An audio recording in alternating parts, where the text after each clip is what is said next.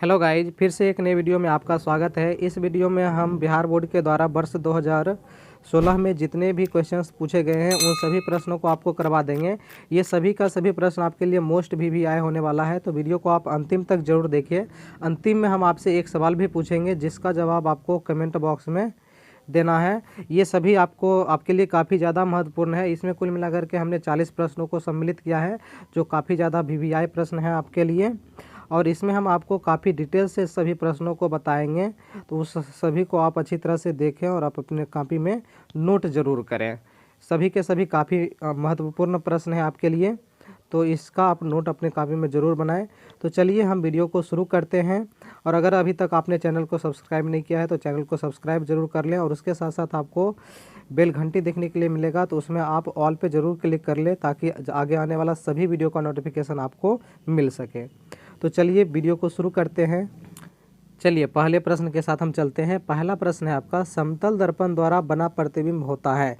तो देखिए, समतल दर्पण द्वारा बना प्रतिबिंब जो होता है वो कैसा होता है, आपको जवाब देना है। काल्पनिक होता है या वास्तविक होता है, या फिर वास्तविक और काल्पनिक दोनों, यानी कि ये भी दोनों होता है, यानी इनमें से कोई नहीं। तो देखिए इसके बारे में हम आपको बता देते हैं। देखिए, समतल दर्पण जो होता है ये पूरा का पूरा प्लेन होता है, और अगर हम इसके सामने किसी भी वस्तु को रखते हैं तो वो उसका हमेशा जैसा वस्तु होता है वैसा ही उसका प्रतिबिंब बनाता है, यानी कि वस्तु अगर सीधा है तो उसका प्रतिबिंब सीधा ही बनाता है।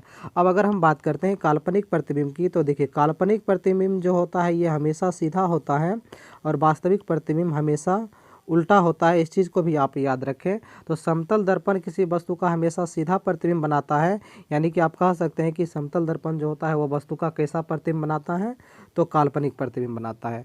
चलिए इसके अलावा हम बात कर लेते हैं। देखिए दर्पण जो होते हैं, इसके अलावा दर्पण दो प्रकार के और होते हैं, जिसमें एक आपका हो जाता है अवतल दर्पण। अवतल दर्पण की अगर हम बात करें तो इसका उभरा हुआ सतह रंग दिया जाता है, और इसका परावर्तक सतह धंसा हुआ होता है। और समतल दर्पण किसी भी वस्तु का सीधा भी प्रतिबिंब बना लेता है और उल्टा भी प्रतिबिंब बनाता है। सीधा प्रतिबिंब को हम काल्पनिक कहते हैं और उल्टा प्रतिबिंब को वास्तविक कहते हैं। यानी कि अगर आपका अवतल दर्पण जो होता है, यह अवतल दर्पण किसी भी वस्तु का सीधा और उल्टा दोनों प्रतिबिंब बनाता है, यानी कि वास्तविक भी बनाता है और काल्पनिक भी बनाता है। अगर हम बात करते हैं उत्तल दर्पण की, तो उत्तल दर्पण के धंसे हुए भाग को रंगा जाता है, और इसका परावर्तक सतह उभरा हुआ होता है, और यह किसी भी वस्तु का हमेशा सीधा प्रतिबिंब बनाता है, यानी कि उत्तल दर्पण जो होता है यह हमेशा वस्तु का काल्पनिक प्रतिबिंब बनाता है। तो इन चीज़ों को भी आप याद रखेंगे। चलिए अब नेक्स्ट सवाल की तरफ बढ़ते हैं। सवाल नंबर 2 है, निकट दृष्टि दोष को दूर करने के लिए किस लेंस का व्यवहार होता है। तो देखिए अगर हम बात करते हैं उत्तल लेंस की, तो उत्तल लेंस का उपयोग किया जाता है दूरदृष्टि दोष को दूर करने के लिए। अवतल लेंस का उपयोग करते हैं हम लोग निकट दृष्टि दोष को दूर करने के लिए। हम लोग अवतल लेंस का उपयोग कर लेते हैं। और अगर हम जरा दृष्टि दोष की बात करें, तो जरा दृष्टि दोष को दूर करने के लिए बाईफोकल लेंस का उपयोग किया जाता है। किस लेंस का उपयोग करते हैं? बाईफोकल लेंस का उपयोग किया जाता है जरा दृष्टि दोष को दूर करने के लिए। बाईफोकल का मतलब होता है इसमें उत्तल लेंस और अवतल लेंस दोनों लेंस लगा हुआ होता है, इसलिए इसको बाईफोकल लेंस कहा जाता है। अब देखिए आपका सवाल था निकट दृष्टि दोष को दूर करने के लिए किस लेंस का व्यवहार करते हैं। तो निकट दृष्टि दोष को दूर करने के लिए अभी तुरंत हम आपको बताए हैं अवतल लेंस का व्यवहार करते हैं, और दूर दृष्टि के लिए उत्तल लेंस का व्यवहार किया जाता है। ठीक है, उत्तल लेंस जो होता है ये कुछ आपका इस तरह का दिखता है, और अवतल लेंस जो होता है ये कुछ इस तरह का दिखता है कि बीच में ये उभरा हुआ होता है, और अवतल लेंस जो होता है ये बीच में धंसा हुआ होता है। चलिए अब अगले सवाल की तरफ चलते हैं। ये सभी के सभी प्रश्न आपके लिए बहुत ही ज़्यादा महत्वपूर्ण है, तो व्याख्या के साथ इसको आप अपने कॉपी में भी जरूर नोट करें। अगला सवाल है, मानव नेत्र में किस प्रकार का लेंस पाया जाता है। देखिए मानव नेत्र जो होता है, मानव नेत्र में उत्तल लेंस पाया जाता है, इसको आप याद रखिएगा। मानव नेत्र में कौन सा लेंस होता है, तो उत्तल लेंस लगा हुआ होता है। चलिए अगले प्रश्न की ओर बढ़ते हैं। नेक्स्ट प्रश्न है आपका, विभवांतर मापने वाले यंत्र को क्या कहा जाता है। देखिए विभवांतर मापने वाले यंत्र को क्या कहते हैं। सबसे पहले हम ऑप्शन को डिस्कस कर लेते हैं। अमीटर क्या होता है, तो अमीटर के द्वारा विद्युत धारा को मापा जाता है। अमीटर के द्वारा क्या मापते हैं, विद्युत धारा माप लेते हैं। वोल्ट मीटर के द्वारा विभवांतर को हम माप सकते हैं, या फिर हम किससे माप सकते हैं, विभव को माप सकते हैं। तो वोल्ट मीटर जो होता है इससे हम विभवांतर भी माप सकते हैं और विभव भी माप सकते हैं। अब गैल्वेनोमीटर क्या होता है, देखिए गैल्वेनोमीटर जो होता है ये एक तरह का धारा मापने का ही यंत्र होता है। तो आप कह सकते हैं गैल्वेनोमीटर जो होता है ये धारा मापने का काम करता है। अब आपका प्रश्न था कि विभवांतर मापने वाला यंत्र क्या कहलाता है। तो विभवांतर को हम किससे मापते हैं, तो विभवांतर को हम वोल्टमीटर से मापते हैं। तो दूसरे सवाल का जवाब आपका हो जाएगा ऑप्शन नंबर बी, वोल्टमीटर। ठीक है, चलिए अगले सवाल को देखते हैं। सवाल नंबर 5 है आपका, आमीटर को विद्युत परिपथ में कैसे जोड़ा जाता है। देखिए आमीटर जो होता है इसको हम लोग विद्युत परिपथ में श्रेणी क्रम में जोड़ देते हैं। और अगर बात करते हैं हम वोल्ट मीटर की अगर हम बात करें तो इसको विद्युत परिपथ में पार्श्व क्रम में यानी कि समांतर क्रम में जोड़ा जाता है। ठीक है, श्रेणी क्रम ये कुछ इस तरह का लाइन होता है, इस तरह का प्रतिरोध होता है।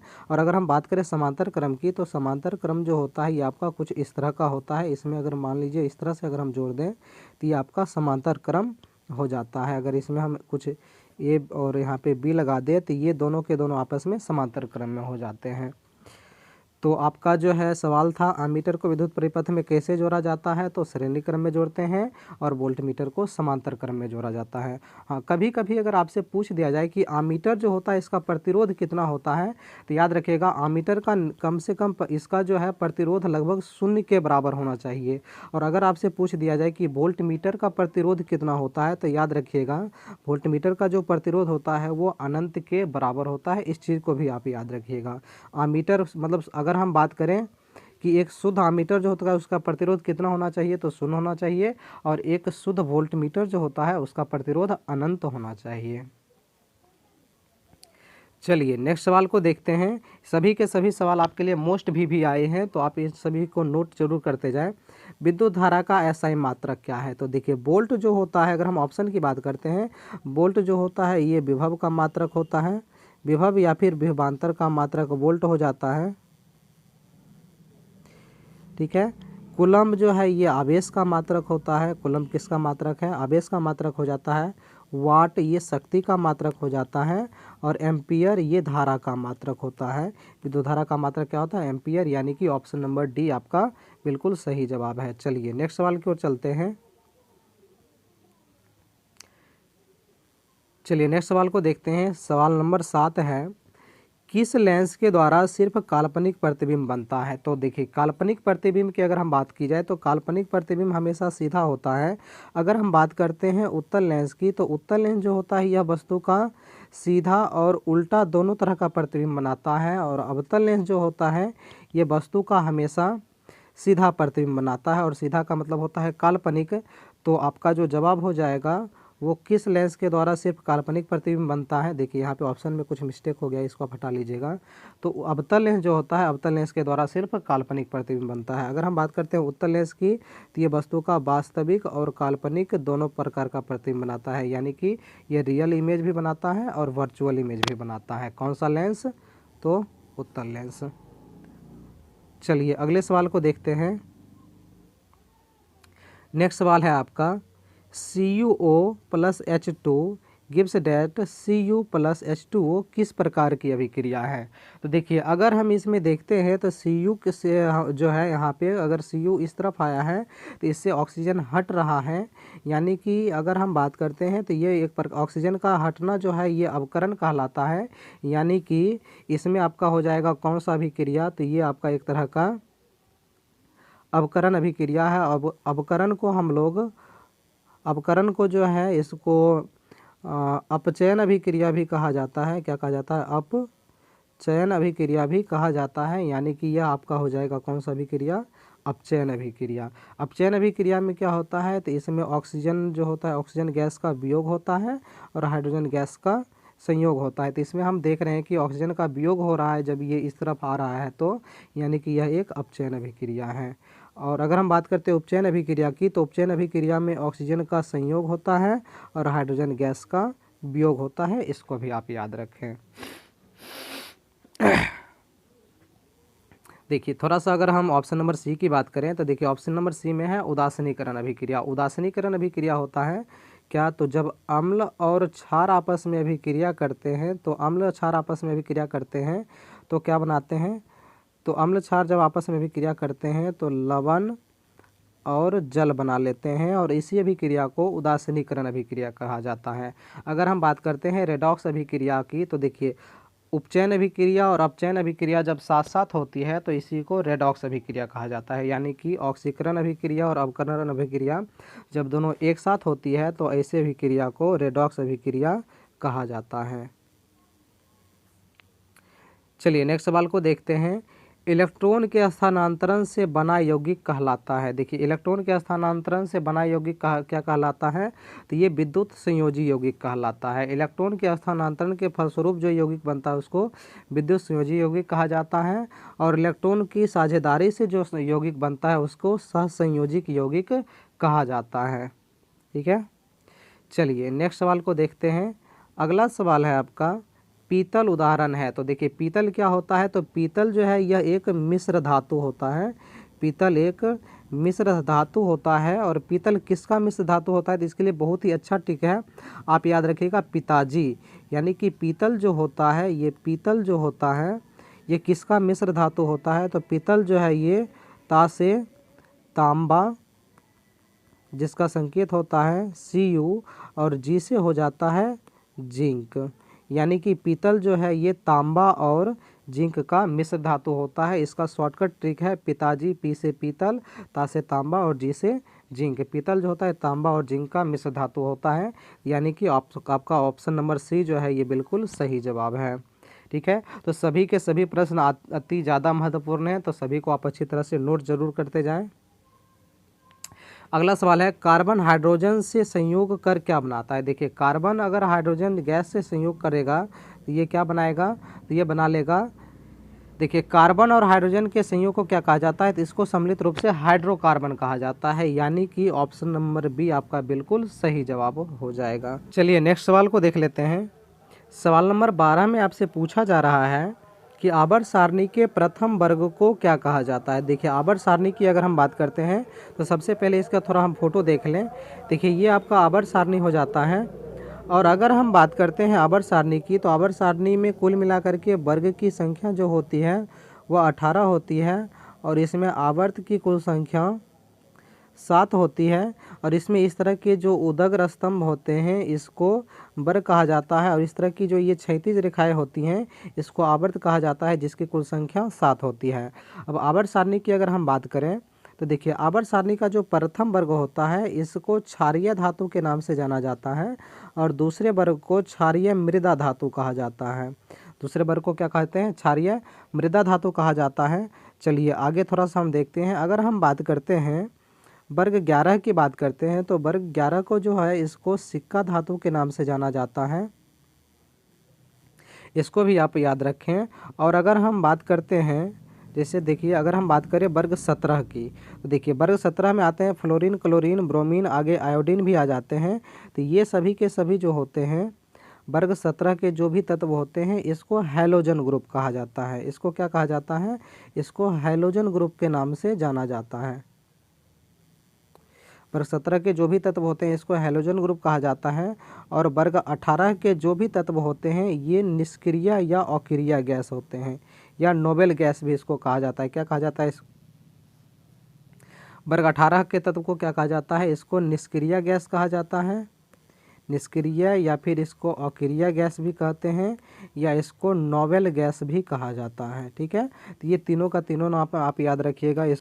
चलिए देखिए अगर अब हम सवाल की तरफ चलें तो देखिए आपका सवाल था कि वर्ग आवर्त सारणी के प्रथम वर्ग के सदस्य होते हैं। तो आवर्त सारणी के प्रथम वर्ग के सदस्य क्या होते हैं, अम्लीय, ये बिल्कुल हम आपको नहीं बताए हैं। देखिए क्षारीय, यानी कि आवर्त सारणी के प्रथम वर्ग के सदस्य क्या होते हैं, क्षारीय होते हैं। और अक्रिय कौन सा वर्ग होता है, तो वर्ग 18 जो होते हैं ये अक्रिय होते हैं और वर्ग प्रथम जो होते हैं ये क्या होते हैं, क्षारीय होते हैं। और दूसरे वर्ग का नाम हम आपको क्या बताए हैं, अभी तुरंत हम आपको बताए हैं। इसका जवाब अगर आपको पता है तो आप इसका जवाब कमेंट बॉक्स में देंगे। चलिए नेक्स्ट सवाल को देखते हैं। अगला सवाल है आपका, वायुमंडल में CO2 की मात्रा कितनी होती है। देखिए वायुमंडल में जो CO2 की मात्रा है वो 0.03% होती है। और अगर आपसे पूछ ले कि अगर आपसे पूछे कि पृथ्वी में कार्बन की मात्रा कितनी होती है, तो याद रखिएगा पृथ्वी में कार्बन की मात्रा 0.02% है और वायुमंडल में कार्बन की मात्रा कितनी है, तो 0.03% है। यानी कि ऑप्शन नंबर सी आपका बिल्कुल सही जवाब है। और ये जो है ये पृथ्वी में कार्बन की मात्रा है। चलिए अगले सवाल की ओर बढ़ते हैं। नेक्स्ट सवाल है आपका, NaOH क्या है। देखिए NaOH जो है ये एक क्षार होता है। OH समूह जिसके साथ लगा होता है ये जो होते हैं ये क्षार होते हैं। और जिसके साथ सिर्फ हाइड्रोजन जुड़ा हुआ हो, हाइड्रोजन आयन जुड़ा हो, वे सभी के सभी क्या होते हैं, अम्ल होते हैं। यानी कि ये आपका क्या हो जाएगा, NaOH ये एक क्षार हो जाएगा। और जिसके साथ हाइड्रोजन आयन जुड़ा होगा वे सभी अम्ल होते हैं। जिसके साथ OH समूह यानी कि OH हाइड्रोक्सिल समूह जुड़ा होता है वे सभी के सभी क्षार होते हैं। चलिए अगले सवाल को देख लेते हैं।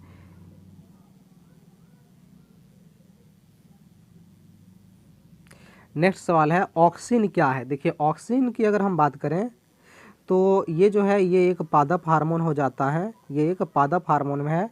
पादप में कुल मिलाकर के देखिए कुल मिलाकर के होते हैं कौन कौन से हार्मोन होते हैं। एक होता है ऑक्सिन, दूसरा होता है जिबरेलिंस, तीसरा होता है साइटोकाइनिन, तीसरा होता है साइटोकाइनिन। और उसके बाद अगर हम चौथे हार्मोन की बात करें तो चौथा हार्मोन जो होता है वो होता है एथिलीन हो जाता है, जिसका उपयोग फल पकाने में किया जाता है। ठीक है, तो ये जो होते हैं ये सभी के सभी पादप हार्मोन होते हैं। तो ऑक्सिन क्या है, ऑक्सिन एक हार्मोन है। और कौन सा हार्मोन है, तो ये एक पादप हार्मोन है। इसको आप याद रखिएगा। चलिए नेक्स्ट सवाल को देखते हैं।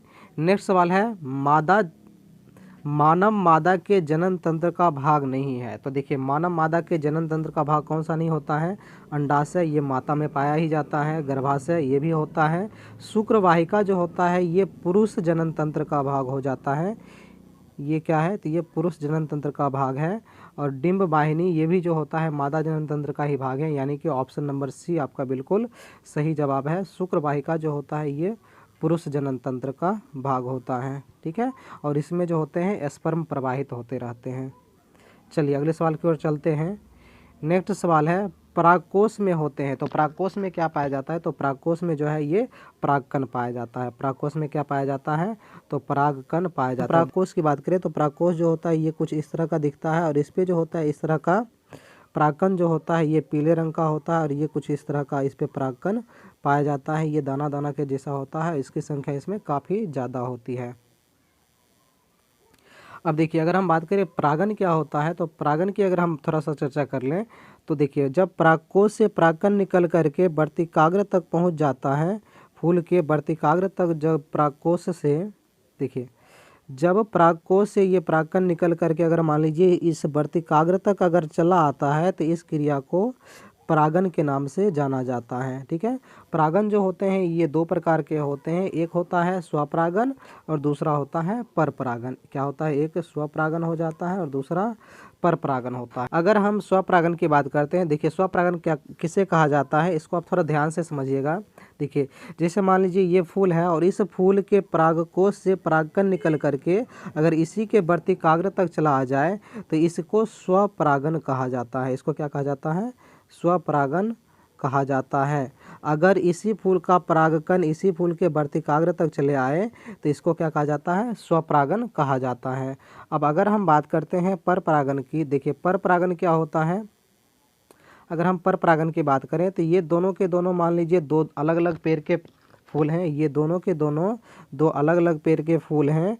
और अगर मान लीजिए इस फूल से परागकण अगर इस फूल के वर्तिकाग्र तक चला आए तो इसको परपरागन कहा जाएगा। इसको क्या कहा जाएगा, तो इसे परपरागन कहा जाएगा। ठीक है, इसे आप याद रखिएगा। दोनों अलग अलग पेड़ होना चाहिए और अलग अलग पेड़ों के फूल के बीच अगर परागन की क्रिया होती है तो इसको परपरागन कहा जाता है। लेकिन अगर एक ही पेड़ के फूलों के बीच अगर परागन की क्रिया हो तो उसे स्वपरागन कहा जाता है।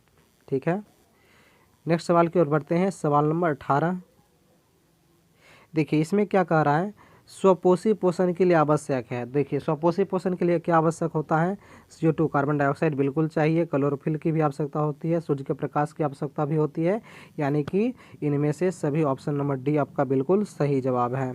चलिए अगले सवाल की ओर चलते हैं। नेक्स्ट सवाल है, मनुष्य के शरीर की सबसे बड़ी ग्रंथि कौन सी होती है। देखिए मनुष्य के शरीर की जो सबसे बड़ी ग्रंथि होती है ये यकृत हो जाती है। और अगर हम यकृत की बात करें तो यकृत का जो वजन होता है ये लगभग 1.5 kg के आसपास होता है।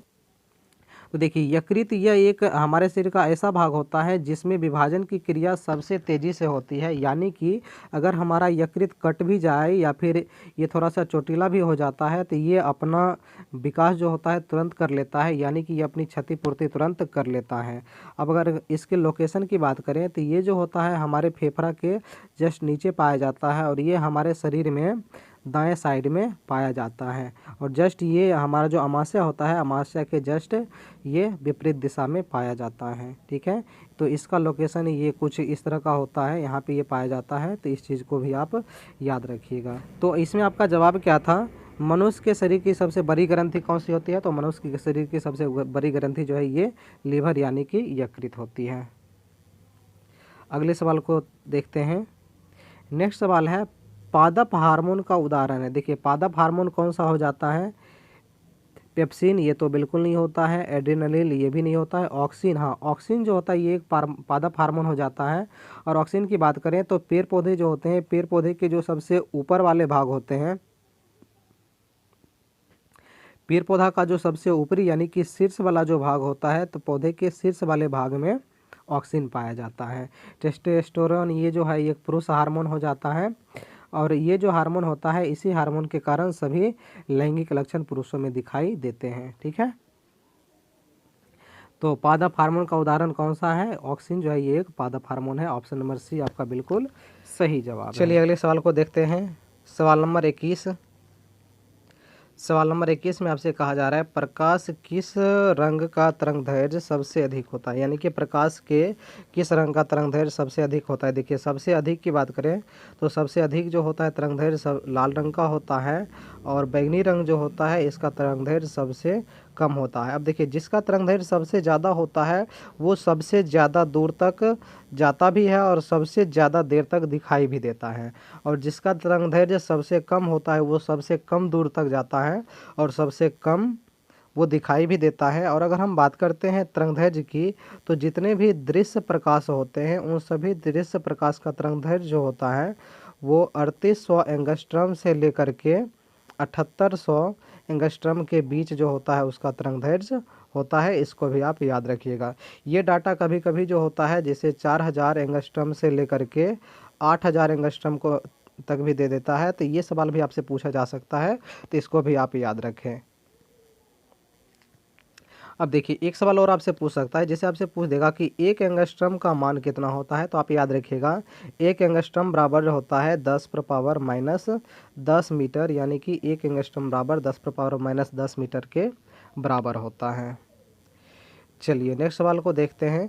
देखिए ये आपका प्रिज्म हो जाता है। अब इसमें अगर हम बात करते हैं, देखिए लाल रंग जो होता है इसका तरंगदैर्घ्य सबसे अधिक होता है, इसलिए ये सबसे कम मुड़ता है, और सबसे कम तरंगदैर्घ्य जो होता है वो बैगनी यानी कि वायलेट का होता है, इसलिए ये सबसे ज़्यादा मुड़ जाता है। अगर हम वाइट प्रकाश की बात करते हैं तो वाइट कलर जो होते हैं इसमें कुल मिलाकर के 7 कलर्स यानी कि 7 रंग पाए जाते हैं, और इसे जब प्रिज्म से गुजारा जाता है तो ये 7 अलग अलग रंगों में बट जाता है, और इस क्रिया को जो है वर्ण विक्षेपण कहा जाता है। इस क्रिया को क्या कहा जाता है, तो इस क्रिया को वर्ण विक्षेपण के नाम से जाना जाता है। और इस पे जो है ये 7 रंग की जो रंगीन पट्टी होती है इसको क्या कहा जाता है, तो इसको जो है वर्णपट कहा जाता है। इस पे 7 रंग की जो रंगीन पट्टी बन जाती है इसे वर्णपट कहते हैं। नेक्स्ट सवाल है सवाल नंबर 22, मानव नेत्र के किस भाग पर किसी वस्तु का प्रतिबिंब बनता है। तो देखिए अगर हम मानव नेत्र की बात करते हैं तो मानव नेत्र का जो ये रेटिना भाग होता है, देखिए अगर हम मानव नेत्र की बात करें तो मानव नेत्र का जो ये सबसे आंतरिक भाग होता है इसको रेटिना कहा जाता है। इसको क्या कहा जाता है, तो इसको जो है रेटिना कहा जाता है। और किसी भी वस्तु का प्रतिबिंब जो होता है वो आँख के रेटिना वाले भाग पर बनता है। जैसे मान लीजिए ये एक पेड़ है और इस पेड़ का प्रतिबिंब हमारे आँख के आँख से होकर के गुजर रहा है और इसमें लेंस से अपवर्तित होकर के इसका प्रतिबिंब रेटिना पर बन रहा है। और इसका प्रतिबिंब जो होता है, हमारा आँख किसी भी वस्तु का प्रतिबिंब हमेशा हमारे आँख के अंदर उल्टा बनाता है, और लेकिन हमारा दिमाग जो होता है उसको सीधा करके सोचता है। तो आप प्रतिबिंब की प्रकृति थोड़ा सा याद रखिएगा। हमारे आँख में कोई भी प्रकाश अगर प्रवेश करता है किसी वस्तु से टकरा करके, तो हमारा आँख जो है, आँख के रेटिना पर उसका प्रतिबिंब उल्टा वास्तविक बनता है, उल्टा बनता है और वस्तु से छोटा बनता है। चलिए अब अगर हम बात करते हैं तो मानव नेत्र के किस भाग पर किसी भी वस्तु का प्रतिबिंब बनता है, तो मानव नेत्र के किस भाग पे बनता है, यानी कि दृष्टिपटल या फिर रेटिना। ऑप्शन नंबर डी है आपका दृष्टिपटल, या फिर इसी को रेटिना भी कहा जाता है। तो ऑप्शन नंबर डी आपका बिल्कुल सही जवाब है। अगर हम कॉर्निया की बात करते हैं तो कॉर्निया जो होता है ये हमारे आँख के सबसे आगे का भाग होता है और इसी से प्रकाश प्रवेश करता है। अगर हम बात करते हैं परितारिका की, इसको आइरिस भी कहा जाता है। और इसका काम क्या होता है, देखिए आइरिस या परितारिका जो होता है ये क्या करता है, तो ये पुतली जो होती है हमारे आँख में, पुतली जो होती है इसके आकार को नियंत्रित करने का काम करता है। इसको थोड़ा सा हम आपको डायग्राम से समझा देते हैं। जैसे मान लीजिए ये जो हमारे आँख का सबसे आगे का भाग है इसको कॉर्निया कहा जाता है, इसको कॉर्निया कहा जाता है। और यहाँ पे एक छेद पाया जाता है जो काले रंग का होता है, हमारे आँख में काले रंग का एक छिद्र होता है, ठीक है। इसको क्या कहा जाता है, इस काले रंग के छिद्र को पुतली कहा जाता है। और इसको नियंत्रित कौन करता है, तो इसको नियंत्रित करने का काम आइरिस का होता है, जिसको परितारिका भी कहा जाता है। तो इसको भी आप याद रखिएगा। और अगर हम बात करते हैं हमारे आँख के में कौन सा लेंस लगा होता है, तो हमारे आँख में उत्तल लेंस लगा होता है। और उत्तल लेंस को भी जो है हमारे आँख में धागे की जैसी कुंड संरचना पाई जाती है, और जो हमारे आँख के आकार को नियंत्रित करता है। और इस संरचना को क्या कहा जाता है, तो इसको कहा जाता है सिलियरी मसल्स। इसको क्या कहा जाता है, तो इसको सिलियरी मांसपेशी कहा जाता है। और यही सिलियरी मांसपेशी जो होता है यही क्या करता है, लेंस के आकार को नियंत्रित करने का काम करता है। ये लेंस के आकार को छोटा बड़ा करते रहता है। और लेंस को छोटा बड़ा करने की क्रिया जो होती है ये समंजन क्रिया कहलाता है। क्या कहलाता है, तो समंजन क्रिया कहलाता है। इसे भी आप याद रखिएगा। अगर हम आँख के बारे में कुछ और बात करें तो देखिए आँख जो होता है, आँख का जो न्यूनतम बिंदु होता है वो 25 सेंटीमीटर होता है। और आँख का जो दूर बिंदु होता है वो अनंत माना जाता है। आँख का दूर बिंदु क्या माना जाता है, अनंत माना जाता है। आँख में 3 प्रकार के दोष होते हैं, जिसमें होता है एक निकट दृष्टि दोष, दूसरा होता है दूर दृष्टि दोष, और तीसरा होता है जरा दृष्टि दोष। निकट दृष्टि दोष को दूर करने के लिए अवतल लेंस का उपयोग किया जाता है, दूर दृष्टि दोष को दूर करने के लिए उत्तल लेंस का उपयोग किया जाता है, और जरा दृष्टि दोष को दूर करने के लिए अवतल लेंस और उत्तल लेंस दोनों लेंस का उपयोग किया जाता है। और इसी को बाइफोकल लेंस भी कहा जाता है, ठीक है। तो इस प्रश्न से आपको इतनी जानकारी मिल जाती है। चलिए अब हम बढ़ते हैं अगले सवाल की ओर। नेक्स्ट सवाल है, एक एंगस्ट्रम, यहाँ पे इसको आप सही कर लेंगे, ए पर पावर ए पर जो है ये 0 हो जाएगा, इसको एंगस्ट्रम पढ़ा जाता है। एक एंगस्ट्रम का मान क्या होता है, इसको अभी हम आपको तुरंत बता दिए हैं कि एक एंगस्ट्रम जो होता है वह 10 पर पावर -10 मीटर के बराबर होता है। एक एंगस्ट्रम बराबर 10 पर पावर -10 मीटर होता है, यानी कि ऑप्शन नंबर ए आपका बिल्कुल सही जवाब है। चलिए अगले सवाल की ओर चलते हैं। नेक्स्ट सवाल है, विद्युत बल्ब में फिलामेंट का तार होता है, तो विद्युत बल्ब में जो फिलामेंट का तार होता है ये टंगस्टन का बनाता है, यानी कि ऑप्शन नंबर डी आपका बिल्कुल सही जवाब है। अब देखिए टंगस्टन क्या होता है, देखिए विद्युत बल्ब जो होता है इसमें इस तरह का जो यहाँ पे तार लगा हुआ होता है, ये तार जो होता है ये टंगस्टन का बना हुआ होता है, ठीक है। इसको फिलामेंट कहा जाता है और ये टंगस्टन धातु का बना हुआ होता है। और यही जब लाल तप्त हो जाता है तो लाल तप्त होने के बाद ये हमें काफ़ी ज़्यादा गर्मी भी देने लगता है, और गर्मी देने के साथ साथ ये प्रकाश भी उत्सर्जित करता है, ठीक है। ये गर्मी और प्रकाश दोनों उत्सर्जित करता है। और इसका जो गलनांक होता है, इसका गलनांक काफ़ी ज़्यादा उच्च होता है, इसलिए ये जल्दी गलता नहीं है। लेकिन अगर इसके प्रतिरोध की बात की जाए तो इसका प्रतिरोध जो है, ये प्रतिरोध इसका काफ़ी कम होता है। इसको भी आप याद रखिएगा, इसका प्रतिरोध काफ़ी कम होता है, रेसिस्टेंस इसका कम होता है। जबकि अगर हम इसके गलनांक की बात करें तो गलनांक इसका काफ़ी ज़्यादा उच्च होता है। सवाल नंबर 25 है, शक्ति का मात्रक होता है, तो शक्ति का मात्रक क्या होता है, वाट हो जाता है। वाट ये किसका मात्रक है, तो ये शक्ति का मात्रक है। जूल किसका मात्रक होता है, तो ये विद्युत धारा का मात्रक हो जाता है। विद्युत धारा का मात्रक क्या होता है, जूल होता है। किलोवाट घंटा ये ऊर्जा का व्यावसायिक मात्रक हो जाता है। किलोवाट घंटा क्या होता है, ऊर्जा का व्यावसायिक मात्रक होता है। अगर हम बात करते हैं किलोवाट की, तो किलोवाट जो होता है, 1 किलोवाट जो होता है वह 1000 जूल के बराबर होता है। इसे भी आप याद रखिएगा। चलिए नेक्स्ट सवाल को देखते हैं। नेक्स्ट सवाल है आपका, श्वेत रंग कितने रंगों के मेल से बना होता है। तो देखिए श्वेत रंग जो होता है, कुछ देर पहले ही हम आपको बताए थे कि प्रिज्म से होकर के जब उजले लाइट को गुजारा जाता है तो ये 7 अलग अलग रंगों में विभक्त हो जाता है, जिसमें कौन सा होता है, red, orange, yellow, green, blue, Indigo और वायोलेट। ये कुल मिला के 7 रंग होते हैं। यानी कि अगर श्वेत प्रकाश की बात की जाए तो इसमें कुल मिलाकर के कितने रंग हो जाएंगे, 7 रंग होंगे। चलिए अगले सवाल को देखते हैं। नेक्स्ट सवाल है आपका, निकट दृष्टि दोष वाले व्यक्ति के चश्मे में कौन सा लेंस लगा होता है। तो देखिए इसको हम पहले ही बता चुके हैं। निकट दृष्टि दोष वाले व्यक्ति में अवतल लेंस लगा होता है। दूर दृष्टि के लिए उत्तल लेंस का प्रयोग किया जाता है और जरा दृष्टि दोष के लिए बाइफोकल लेंस का प्रयोग किया जाता है। ठीक है, चलिए नेक्स्ट सवाल को देखते हैं। नेक्स्ट सवाल है, फेरस सल्फेट क्रिस्टल का रंग कैसा होता है। देखिए FeSO4 इंटू 7H2O ये फेरस सल्फेट का सूत्र होता है। और अगर हम इसके कलर की बात करें तो इसका कलर जो होता है यह हरे रंग का होता है। यानी कि ऑप्शन नंबर बी आपका बिल्कुल सही जवाब हो जाएगा। लेकिन अगर आपसे पूछ दिया जाए यहाँ पे कॉपर सल्फेट का रंग कैसा होता है, तो कॉपर सल्फेट का सूत्र हो जाता है CuSO4 इंटू 5H2O। और इसके अगर कलर की बात करते हैं तो कॉपर सल्फेट जो होता है इसका कलर ब्लू यानी कि नीले रंग का होता है। ठीक है, इसे भी आप याद रखिएगा। और ये जो फेरस सल्फेट होता है इसका रंग हरा होता है और हरा होने के कारण ही इसको हरा कशिश भी कहा जाता है। इसको क्या कहा जाता है, हरा कशिश भी कहा जाता है। तो ये भी आपसे पूछ सकता है, इसे भी आप याद रखिएगा। चलिए नेक्स्ट सवाल को देखते हैं।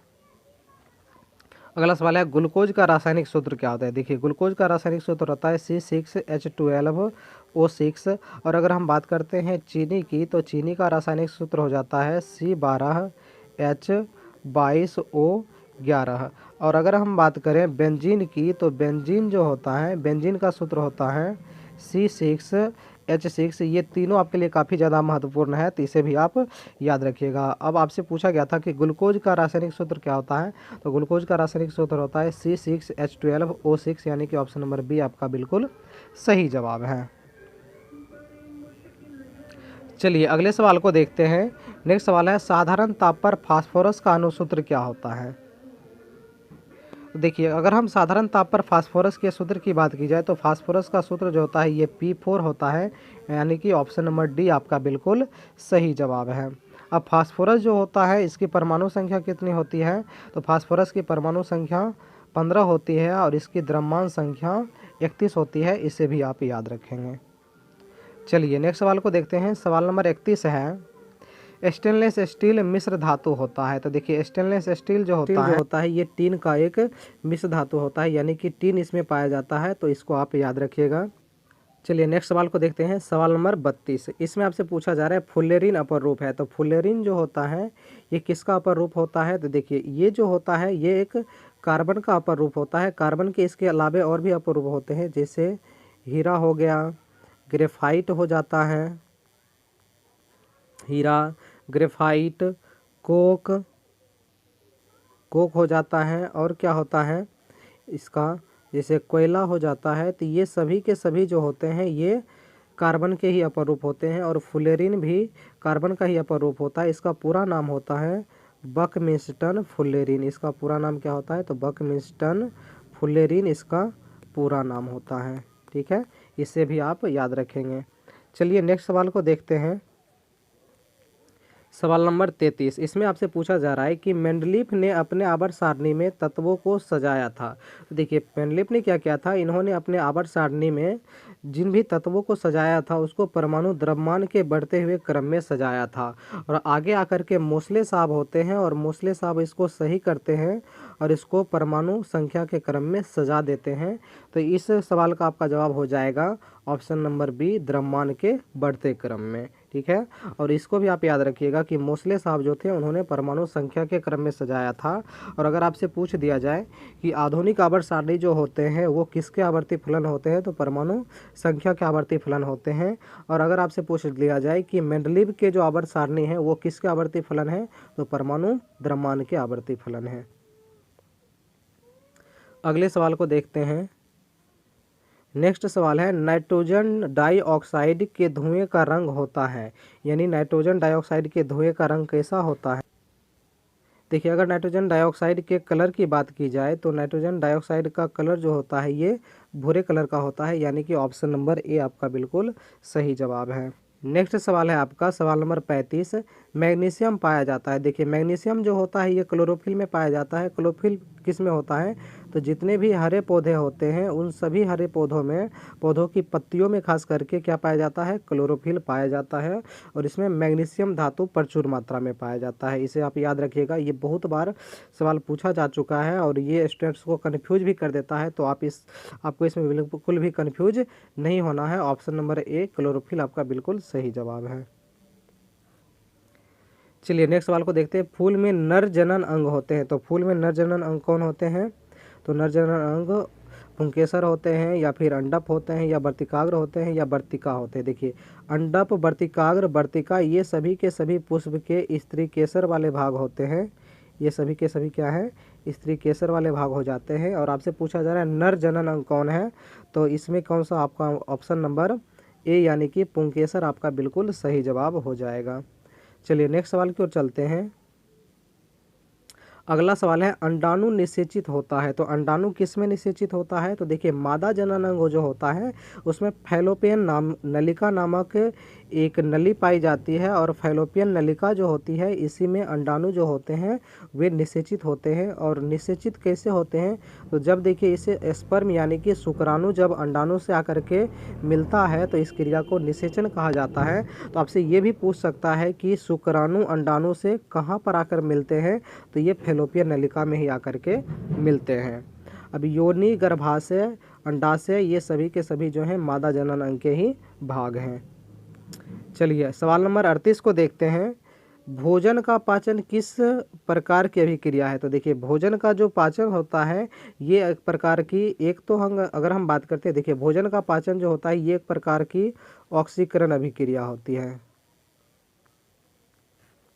भोजन का पचना क्या होता है, एक प्रकार की ऑक्सीकरण अभिक्रिया होती है, यानी कि ऑप्शन नंबर, और ऑक्सीकरण को उपचयन अभिक्रिया भी कहा जाता है। ठीक है, यानी कि ऑप्शन नंबर ए आपका बिल्कुल सही जवाब हो जाएगा।